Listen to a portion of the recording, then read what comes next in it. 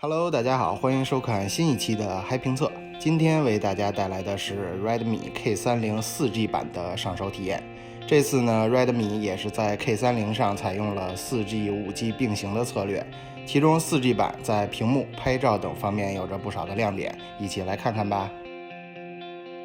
Redmi K30 正面配备了一块 6.67 英寸屏幕，并且首次采用了挖孔屏设计，孔径仅为 4.38 毫米。两枚前置镜头被安置在了屏幕右上角，也是遵循了从左到右的阅读习惯，整体的视觉效果还不错。机身背部 Redmi K30 并没有延续渐变色的设计，小编拿到的这款被称为紫玉幻境，淡淡的紫色显得十分优雅，搭配上经过高光处理的表面颇显档次。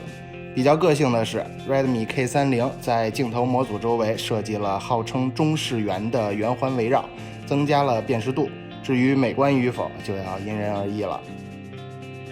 作为这款手机的一大卖点 ，Redmi K30 用上了120赫兹刷新率的屏幕，在实际的体验中，日常的操作显得相当跟手，特别是在刷微博或者阅读今日头条的时候，能明显感觉到画面流畅度的提升。高速滑动下也没有出现屏幕拖影、卡顿等情况，整体来说呢是十分顺滑的。美中不足的是 4G 版的机型处理器为骁龙 730G， 所以在部分游戏上并不能发挥出屏幕120赫兹刷新率的真正实力，比较遗憾了。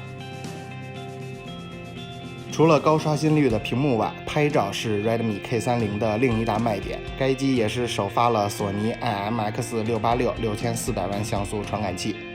作为 IMX586 的继任者，全新的索尼 IMX686 传感器也被看作是2020年旗舰机的标配。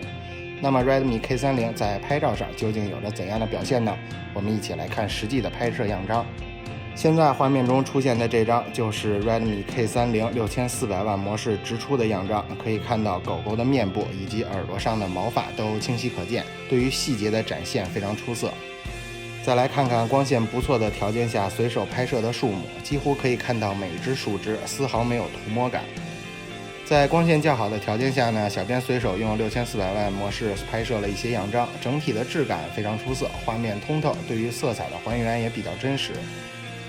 值得一提的是，6400万模式所拍摄的样张大小基本维持在40兆左右，最高甚至超过50兆。分辨率更是高达9248×6944，可见这颗传感器恐怖的实力。不过也正是得益于此，给予了拍摄者更多的后期创作空间，可以有效地剪掉不需要的画面部分，同时保留较为完整的细节。